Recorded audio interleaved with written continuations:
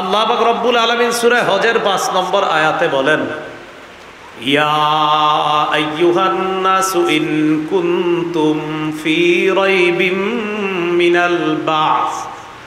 হে মানুষ, তোমরা যদি পুনরুত্থানের ব্যাপারে সন্দিহান হও, ফাইন্না খালাকনাকুম মিন তুরাব, মনে রেখো আমি তোমাদেরকে সৃষ্টি করেছি মাটি থেকে।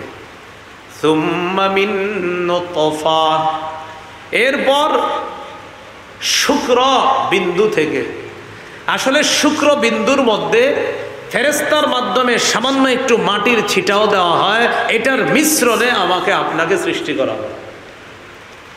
সুম্মা মিন আলাকা, এরপর জমাট রক্ত থেকে। সুম্মা মিন মুদগা, এরপর মাংসপিণ্ড থেকে। মুখাল্লাকা, যেই মাংসপিণ্ডটা এটা কখনো রূপদান করে, গায়রি মুখাল্লাকা, আবার কখনো এটা রূপদান করে না। রূপদান করার আগেই মায়ের পেটে এটা নষ্ট হয়ে বর্ষণ হয়ে যায়। মুখাল্লাকা ও গায়রি মুখাল্লাকা, কখনো এই মাংসপিণ্ডটা এটা রূপদান করে আবার বাড়তে থাকে, কখনো রূপদান করার আগে গায়রি মুখাল্লাকা, এটা আবার রূপদানের আগেই শেষ হয়ে যায়, পেট থেকে বের হয়ে যায়। আল্লাহ পাক রব্বুল আলামিন চাইলে এটা বড় হবে। এটা কেন করি? লিনুবাইয়িনা লাকুম, আমি এইভাবে করি তোমাদেরকে বয়ান করার জন্য, জানিয়ে দেওয়ার জন্য, চিন্তা ভাবনা যেন করতে পারো। মাংসপিণ্ড করার পর ওয়ানুকিররু ফিল আরহামি মা নাশাউ ইলা আজালিম মুসাম্মা,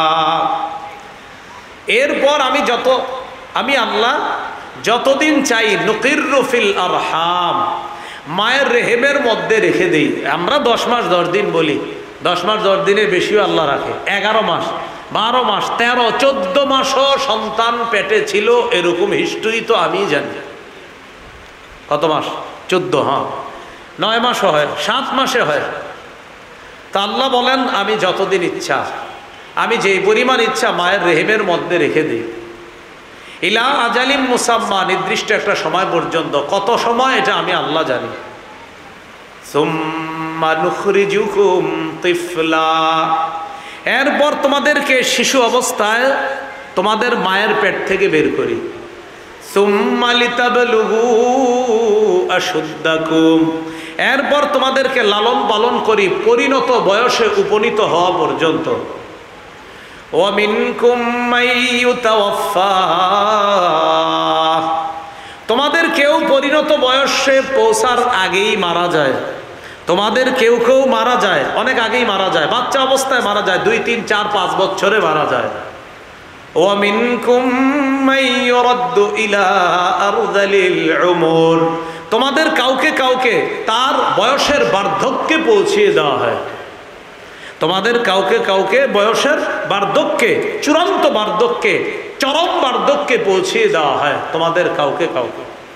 তাহলে আমাদেরকে আল্লাহ দুর্বল অবস্থা থেকে সৃষ্টি করলেন, এরপর দুনিয়াতে শিশু অবস্থায় আনলেন।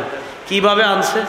সূরা নাহলের ৭৮ নম্বর আয়াতে আল্লাহ বলেন, ওয়াল্লাহু আখরাজাকুম মিন বুতুনি উম্মাহাতিকুম লা তা'লামুনা শাইআ, আল্লাহ তোমাদেরকে তোমাদের মায়ের পেট থেকে বের করেছেন, তোমরা কিছুই জানতা না। ওয়া জাআলা লাকুমুস সামআ, তিনি তোমাদেরকে শ্রবণ শক্তি দিলেন। ওয়াল আবসারা, তিনি তোমাদেরকে দৃষ্টি শক্তি দিলেন। ওয়াল আফইদা, তিনি তোমাদেরকে অন্তঃকরণ দিলেন।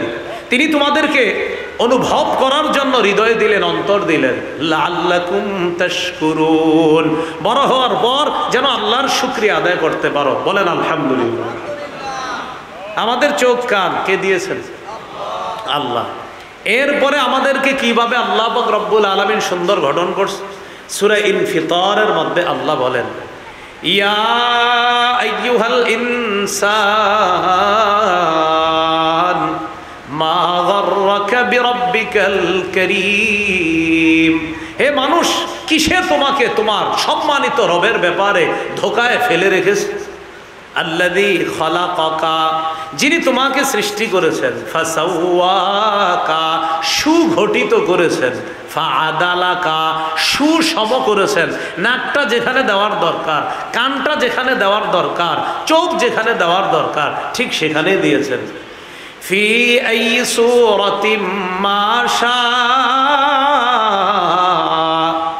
যেই আকৃতিতে তিনি চেয়েছেন, রক্কাবাকা, তোমাকে আল্লাহ গঠন করেছেন।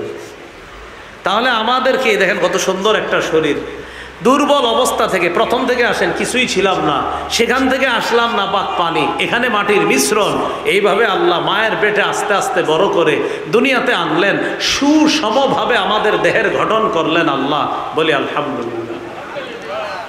এইভাবে আল্লাহ আমাদেরকে দুনিয়াতে আনছেন যেন আমরা আল্লাহর শুকরিয়া আদায় বেশি বেশি করতে পারি। আল্লাহ তৌফিক দান করেন।